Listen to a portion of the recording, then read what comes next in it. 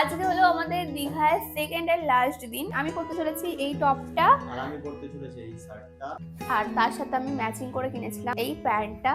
এই দুটো কম্বিনেশন কিনেছিলাম কিন্তু পরাই হয়নি, আজকে পরবো। কালকে একবার পরেছিলাম একটুখানির জন্য পরেছিলাম। তার সাথে আমি পরছি গাইস এই স্যান্ডেল গুলো। এই বাবা, মনে হচ্ছে স্কুলের জামা পরেছে। এইরকম লাগছে কেন? সিরিয়াসলি মনে হচ্ছে স্কুলের জামা পরেছি। হাতাটা কাটাবো তারপর তো। ও কে গেট রেডি হয়ে গেছে? একটুখানি সৌরভ প্যান্টটা পরলে হয়ে যাবে। ই বাবা সৌরভ প্লিজ, আমি যেতে চাই, আমি চাই না, আমি চাই না, চাই না, না না না না।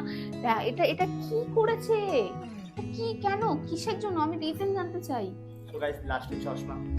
ম্যাকের কম্প্যাক্ট ভেঙে দিয়েছে, কি চল চল দিচ্ছে চল না। চল আমাকে দেখা। সারা জামা একটা চুমু দিয়ে দেবো না রে, এখন আমি পরছি একটা চকলেট কালারের খুব সুন্দর নিউড লিপস্টিক। আমার বয়ফ্রেন্ড গেছিল সুমিত থেকে চিরুনি আনতে, কারণ কারণ আমাদের চিরুনি জানোই তোমরা। বাসে চুরি হয়ে গেছে। ইয়ানি কে নিয়ে নিয়েছে আমাদের চিরুনিটা। कैसा लग रहा हूँ मैं? अच्छे लग रहे हो। हाँ? बड़े अच्छे लगते हो। একটু লিকুইড ব্লাশ অ্যাপ্লাই করছি যাতে আমার স্কিনটা গোলাপের পাপড়ির মতন বাবা গোলাপের পাপড়ির মতো টকটা হয়ে যায় একটু। রোল অন অ্যাপ্লাই করে নিয়েছি।